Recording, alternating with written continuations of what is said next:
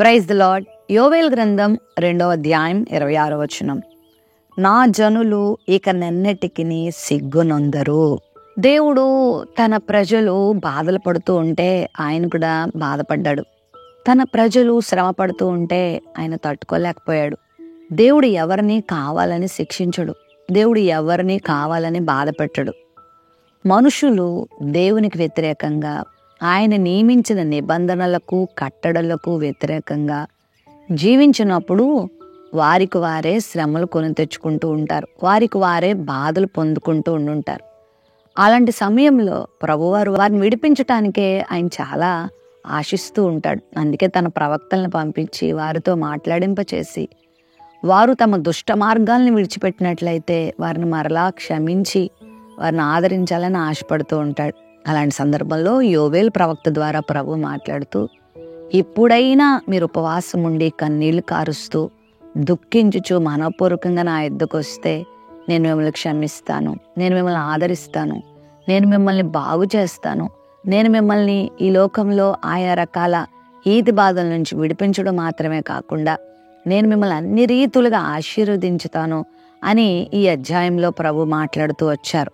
ఒకవేళ దేని ద్వారా మీరు నష్టపోయారో ఆ నష్టాన్ని నేను మరలా భర్తీ చేస్తాను, తొలకరి వర్షాన్ని మీ మీద కురిపిస్తాను, నేను మీ మీద జాలి పడతాను, నేను మీకు సమృద్ధినిస్తానని దేవుడు వాగ్దానాలు చేస్తూ ఈ మాట అంటారు, నా జనులకి ఎన్నటికీ సిగ్గునొందరు అని.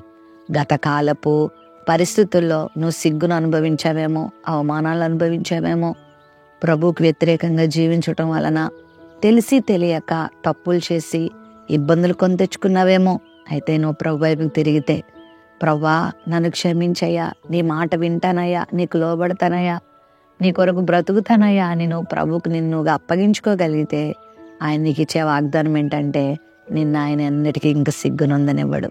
నిన్ను ఆయన నిలబెడతాడు, నిన్ను దేశం యొక్క ఉన్నత స్థలముల మీదకి నడిపిస్తాడు, నీతో ఆయన ఉంటాడు, నీకు తోడుగా ఉంటాడు. నిన్ను ఆశీర్వదించేవారిని ఆశీర్వదిస్తాడు, నిన్ను శపించేవారిని శపిస్తాడు, నీ పక్షంగా ఆయన ఉంటాడు, నీ పట్ల గొప్ప కార్యాలను చేస్తాడు. ఈ లోకంలో నీ జీవితం అంతటితో ఆయన తన నామానికి మహిమ తెచ్చుకుంటాడు, నిత్యరాజ్యానికి నేను నడిపిస్తాడు. ప్రభు నీతో ఉన్నప్పుడు నీ జీవితం వెలుగుతూ ఉంటుంది, నీ జీవితం అనేకులకు ఆశీర్వాదకరంగా ఉంటుంది, నీ జీవితం 10 మందికి ప్రయోజనకరంగా ఉంటుంది, నీ జీవితం సమాజానికి మేలుకరంగా ఉంటుంది, నీ జీవితం నీ చుట్టుపక్కల వారికి ఎంతో ఆశీర్వాదకరంగా ఉంటుంది.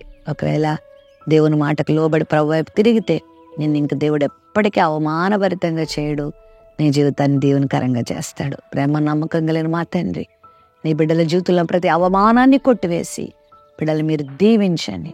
ఇక ముందుకు బిడ్డల జీవితాలు మహిమాన్వితంగా చేయండి, దీవెనభరితంగా చేయండి.